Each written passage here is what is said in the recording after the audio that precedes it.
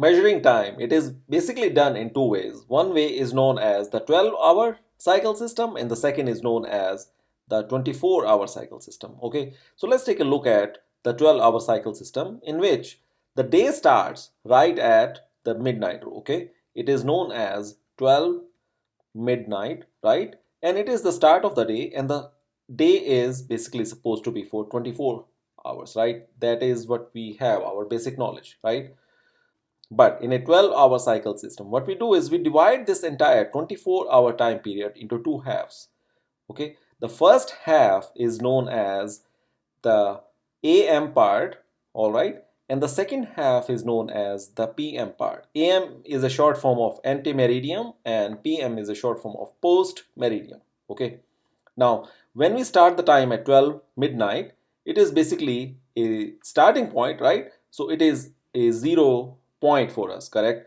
So now let's say that you have moved 6 hours from that point, okay, and it is 6 in the morning. Then you say that this is my 6 a.m. That is why we say that it is a AM part. So here is another example.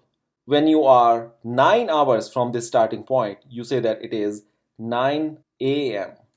And then you reach a midpoint, what is known as 12 noon. Okay, so at 12 noon, essentially your AM cycle stops and your PM cycle begins.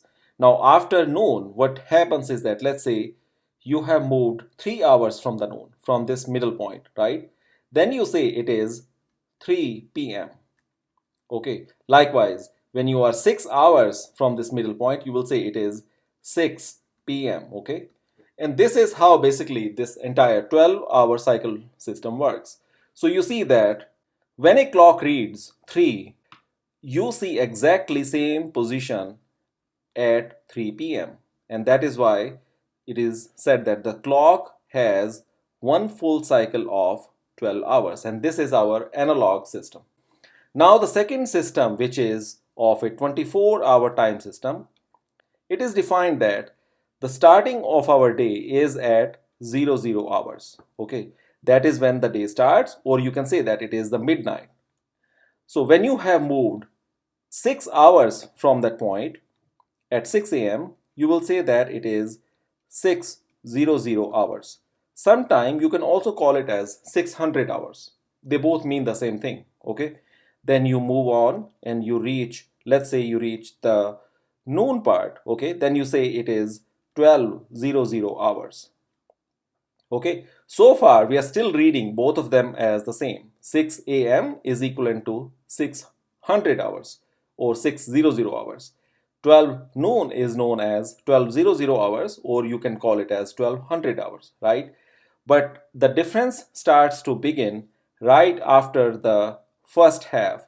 So 3 p.m., which is 3 hours past 12 noon, is known as 15.00 hours, or you can say that it is 1500 hours. Okay, you are simply adding 12 to this 3 p.m.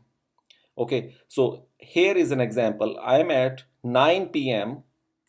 Okay, I am at 9 p.m. in the 12-hour time cycle system, and this will be equivalent to what? This will be equivalent to 12 plus 9, which is 2100 hours.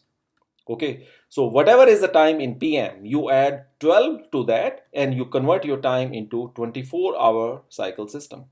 Okay, so here is my ending of the day when you are at the midnight again, right? Because the next day has started right after this point. So at that point, you say that you are at 2400 hours and you have finished your cycle of the day. Okay, in the 24-hour clock system, you basically start from 0 and you go up to 24.00 hours. But in the 12-hour cycle system, you basically divide that 24-hour time period into two parts. The first half is known as the AM, and the second half, which is after the midpoint or after the 12 noon, is known as the PM part. Okay, now this is about how you measure one day, or within a day, how you measure hours, minutes, and seconds, and so on. So based on whether it's a 12-hour or a 24-hour system, we said that one day is equal to 24.00 hours, right? But we also know that 1 hour is equal to 60 minutes. And then we say that 1 minute is equal to 60 seconds.